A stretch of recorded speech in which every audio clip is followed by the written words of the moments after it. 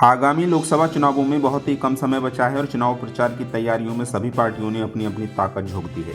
तो ऐसे में देश की जनता के मन में भी यही सवाल है कि देश का अगला प्रधानमंत्री कौन बनेगा और 2024 में किसकी बनेगी सरकार। तो इसी बीच एक ओपिनियन पोल सामने आया है। क्या है वो ओपिनियन पोल, उसको बताने से पहले आपको बता दें कि देश में लोकसभा की कुल 543 सीटें हैं, जिसमें से किसी भी पार्टी को सरकार बनाने के लिए 272 सीटों की ज़रूरत होती है। तो आइए हम सबसे पहले बात करते हैं महाराष्ट्र की। महाराष्ट्र में लोकसभा की कुल 48 सीटें हैं, जिसमें से इंडिया गठबंधन के खाते में 25 सीटें जाने का अनुमान है, तो वहीं एनडीए के खाते में 22 सीटें जाती हुई दिखाई दे रही हैं। अगर अन्य की बात करें तो अन्य के खाते में महज एक सीट ही जाती हुई दिखाई दे रही है। आपको बता दें कि महाराष्ट्र में शिवसेना और एनसीपी के दो फाड़ होने के बाद भारतीय जनता पार्टी के नेतृत्व वाले गठबंधन एनडीए को काफ़ी नुकसान होता हुआ दिख रहा है। वहीं इंडिया गठबंधन के खाते में यहां से 25 सीटें जाती हुई दिखाई दे रही हैं। उसके बाद हम बात करते हैं पश्चिम बंगाल की। पश्चिम बंगाल में लोकसभा की कुल 42 सीटें हैं, जिसमें से इंडिया गठबंधन के खाते में महज 3 सीटें ही जाने का अनुमान है। वहीं अगर एनडीए की बात करें तो एनडीए के खाते में इस बार 20 सीटें जाती हुई दिखाई दे रही हैं। वहीं अगर अन्य की बात करें तो अन्य के खाते में 19 सीटें जाने का अनुमान है। आपको बता दें कि पश्चिम बंगाल में एनडीए के खाते में 2019 के चुनावों के मुकाबले इस बार सीटों में इजाफा होता हुआ नजर आ रहा है। वहीं टीएमसी को सीटों का नुकसान होता हुआ दिखाई दे रहा है। उसके बाद हम बात करते हैं आंध्र प्रदेश की। आंध्र प्रदेश में लोकसभा की 25 सीटें हैं। अगर इंडिया गठबंधन की बात करें तो इंडिया गठबंधन के खाते में 3 सीटें जाने का अनुमान है। वहीं अगर एनडीए की बात की जाए तो एनडीए के खाते में यहाँ से कोई भी सीट जाती हुई दिखाई नहीं दे रही है। उसके बाद हम बात करेंगे अन्य की। अन्य के खाते में यहाँ से 22 सीटें जाने का अनुमान है। उसके बाद हम बात करते हैं असम की। असम में लोकसभा की 14 सीटें हैं, जिसमें से इंडिया गठबंधन के खाते में 5 सीटें जाने का अनुमान है। वहीं एनडीए के खाते में 8 सीटें जाती हुई दिखाई दे रही हैं। अगर अन्य की बात की जाए तो अन्य के खाते में असम से 1 सीट जाने का अनुमान है। उसके बाद हम बात करेंगे राजस्थान की। राजस्थान में लोकसभा की 25 सीटें हैं, जिसमें से इंडिया गठबंधन के खाते में 11 और एनडीए के खाते में 14 सीटें जाने का अनुमान है। अगर अन्य की बात की जाए तो अन्य के खाते में राजस्थान से कोई भी सीट जाती हुई दिखाई नहीं दे रही है। हम आपको बता दें कि राजस्थान में विधानसभा चुनाव हुए हैं, जिसमें भारतीय जनता पार्टी ने सरकार बनाई है, लेकिन इस बार इंडिया गठबंधन के बाद इंडिया गठबंधन की सीटों में इजाफा होता हुआ नजर आ रहा है। वहीं एनडीए को यहाँ से काफ़ी नुकसान होता हुआ दिख रहा है। उसके बाद हम बात करते हैं उत्तर प्रदेश की। उत्तर प्रदेश में लोकसभा की सबसे अधिक यानी 80 सीटें हैं। अगर इंडिया गठबंधन की बात करें तो इंडिया गठबंधन के खाते में 32 सीटें जाने का अनुमान है। वहीं अगर एनडीए की बात की जाए तो एनडीए के खाते में 46 सीटें जाती हुई दिखाई दे रही हैं। अगर अन्य की बात करें तो उत्तर प्रदेश से अन्य के खाते में 2 सीटें जाने का अनुमान है। आपको बता दें कि 2019 के लोकसभा चुनावों में उत्तर प्रदेश से 62 सीटें भारतीय जनता पार्टी के खाते में गई थी, लेकिन इस बार इंडिया अलायंस बनने के बाद एनडीए को काफ़ी नुकसान होता हुआ नजर आ रहा है। वहीं इंडिया गठबंधन यहाँ बढ़त बनाता हुआ दिख रहा है। उसके बाद हम बात करेंगे बिहार की। बिहार में लोकसभा की 40 सीटें हैं, जिसमें से इंडिया गठबंधन के खाते में 22 और एनडीए के खाते में 18 सीटें जाने का अनुमान है। अगर अन्य की बात की जाए तो अन्य के खाते में बिहार से कोई भी सीट जाने का अनुमान नहीं है। अगला राज्य है हरियाणा। हरियाणा में लोकसभा की 10 सीटें हैं। हरियाणा के बारे में अगर हम आपको बताएं तो 2019 के लोकसभा चुनावों में हरियाणा की 10 की 10 सीट भारतीय जनता पार्टी के खाते में गई थी, लेकिन इस बार इंडिया गठबंधन के खाते में 6 सीटें जाने का अनुमान है। तो वहीं एनडीए के खाते में 4 सीटें जाती हुई दिखाई दे रही हैं। अगर अन्य की बात करें तो अन्य के खाते में हरियाणा से कोई भी सीट जाने का अनुमान नहीं है।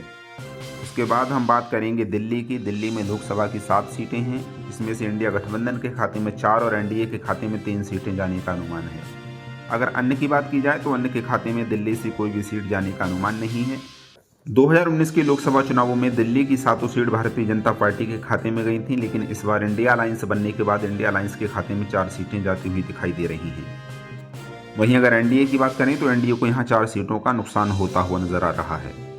उसके बाद हम बात करेंगे गुजरात की। गुजरात में लोकसभा की 26 सीटें हैं, जिसमें से इंडिया गठबंधन के खाते में 5 सीटें जाने का अनुमान है। तो वहीं एनडीए के खाते में 21 सीटें जाती हुई दिखाई दे रही हैं। अगर अन्य की बात की जाए तो गुजरात से अन्य के खाते में कोई भी सीट जाने का अनुमान नहीं है। आपको बता दें कि 2019 के लोकसभा चुनावों में गुजरात की 26 सीटें भारतीय जनता पार्टी को मिली थी, लेकिन इस बार इंडिया अलायंस बनने के बाद से इंडिया गठबंधन के खाते में 5 सीटें जाती हुई दिखाई दे रही हैं। उसके बाद हम बात करेंगे झारखंड की। झारखंड में लोकसभा की 14 सीटें हैं। अगर इंडिया गठबंधन की बात करें तो इंडिया गठबंधन के खाते में झारखंड से 10 सीटें जाने का अनुमान है। तो वहीं एनडीए के खाते में महज 4 सीटें ही जाती हुई दिखाई दे रही हैं। अगर अन्य की बात करें तो अन्य के खाते में कोई भी सीट जाने का अनुमान नहीं है। उसके बाद हम बात करते हैं मध्य प्रदेश की। मध्य प्रदेश में लोकसभा की 29 सीटें हैं, जिसमें से इंडिया गठबंधन के खाते में 6 और एनडीए के खाते में 23 सीटें जाने का अनुमान है। अगर अन्य की बात की जाए तो अन्य के खाते में मध्य प्रदेश से कोई भी सीट जाने का अनुमान नहीं है। उसके बाद हम बात करेंगे तमिलनाडु की। तमिलनाडु में लोकसभा की 39 सीटें हैं, जिसमें से इंडिया गठबंधन के खाते में 33 और एनडीए के खाते में कोई भी सीट जाने का अनुमान नहीं है। अगर अन्य की बात की जाए तो अन्य के खाते में तमिलनाडु से 6 सीटें जाने का अनुमान है।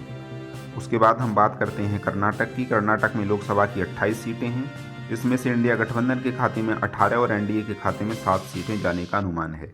अगर अन्य की बात की जाए तो अन्य के खाते में 3 सीटें जाती हुई दिखाई दे रही हैं। अगला राज्य है केरल। केरल में लोकसभा की 20 सीटें हैं, जिसमें से इंडिया गठबंधन के खाते में 18 और एनडीए के खाते में कोई भी सीट जाती हुई दिखाई नहीं दे रही है। वहीं अगर अन्य की बात की जाए तो अन्य के खाते में 2 सीटें जाने का अनुमान है। उसके बाद हम बात करेंगे तेलंगाना की। तेलंगाना में लोकसभा की 17 सीटें हैं, जिसमें से इंडिया गठबंधन के खाते में 14 सीटें जाने का अनुमान है, तो वहीं एनडीए के खाते में महज 1 सीट ही जाती हुई दिखाई दे रही है। अगर अन्य की बात की जाए तो अन्य के खाते में तेलंगाना से 2 सीटें जाने का अनुमान है। उसके बाद हम बात करेंगे ओडिशा की। ओडिशा में लोकसभा की 21 सीटें हैं, जिसमें से इंडिया गठबंधन के खाते में 5 सीटें जाने का अनुमान है, तो वहीं एनडीए के खाते में 4 सीटें जाती हुई दिखाई दे रही हैं। अगर अन्य की बात की जाए तो अन्य के खाते में ओडिशा से 12 सीटें जाने का अनुमान है। उसके बाद हम बात करेंगे हिमाचल प्रदेश की। हिमाचल प्रदेश में लोकसभा की 4 सीटें हैं, जिसमें से इंडिया गठबंधन के खाते में 2 और एनडीए के खाते में भी 2 सीटें जाती हुई दिखाई दे रही हैं।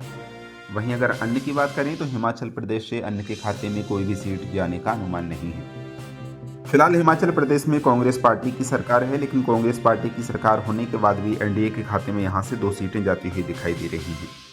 उसके बाद हम बात करेंगे उत्तराखंड की। उत्तराखंड में लोकसभा की 5 सीटें हैं, जिसमें से इंडिया गठबंधन के खाते में 1 और एनडीए के खाते में 4 सीटें जाने का अनुमान है। अगर अन्य की बात की जाए तो अन्य के खाते में कोई भी सीट जाने का अनुमान नहीं है। उसके बाद हम बात करते हैं पंजाब की। पंजाब में लोकसभा की 13 सीटें हैं, जिसमें से इंडिया गठबंधन के खाते में 12 सीटें जाने का अनुमान है, तो वहीं एनडीए का खाता खुलता हुआ दिखाई नहीं दे रहा है। अगर अन्य की बात करें तो अन्य के खाते में पंजाब से महज 1 सीट ही जाने का अनुमान है। उसके बाद हम बात करेंगे गोवा की। गोवा में लोकसभा की 2 सीटें हैं, जिसमें से इंडिया गठबंधन के खाते में 1 और एनडीए के खाते में भी 1 सीट जाती हुई दिखाई दे रही है। अगर अन्य की बात की जाए तो अन्य के खाते में गोवा से कोई भी सीट जाने का अनुमान नहीं है। अगर लद्दाख की बात करें तो लद्दाख में लोकसभा की केवल 1 सीट है, जो कि एनडीए के खाते में जाती हुई दिखाई दे रही है। अब बात करते हैं जम्मू कश्मीर की। जम्मू कश्मीर में लोकसभा की 5 सीटें हैं। अगर इंडिया गठबंधन की बात करें तो इंडिया गठबंधन के खाते में 2 और एनडीए के खाते में 3 सीटें जाने का अनुमान है। वहीं अगर अन्य की बात की जाए तो अन्य के खाते में जम्मू कश्मीर से कोई भी सीट जाती हुई दिखाई नहीं दे रही है। उसके बाद हम बात करेंगे लद्दाख के अलावा जो भी अन्य केंद्र शासित प्रदेश हैं उनकी, तो उनमें लोकसभा की 6 सीटें हैं। अगर इंडिया गठबंधन की बात करें तो इंडिया गठबंधन के खाते में 3 और एनडीए के खाते में भी 3 सीटें जाने का अनुमान है। वहीं अगर अन्य की बात करें तो अन्य के खाते में यहाँ से कोई भी सीट जाने का अनुमान नहीं है।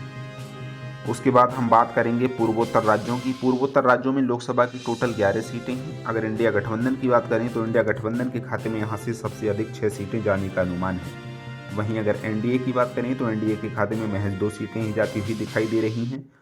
वहीं अगर अन्य की बात की जाए तो अन्य के खाते में यहाँ से 3 सीटें जाने का अनुमान है। अब बात करते हैं टोटल लोकसभा सीटों में से किसको कितनी सीटें मिल रही हैं। तो आपको बता दें कि 543 लोकसभा के टोटल सीटों में से इंडिया गठबंधन के खाते में 252 सीटें जाने का अनुमान है। अगर एनडीए की बात करें तो एनडीए के खाते में 217 सीटें जाने का अनुमान है। तो वहीं अगर अन्य की बात करें तो अन्य के खाते में महज 74 सीटें जाती हुई दिखाई दे रही हैं।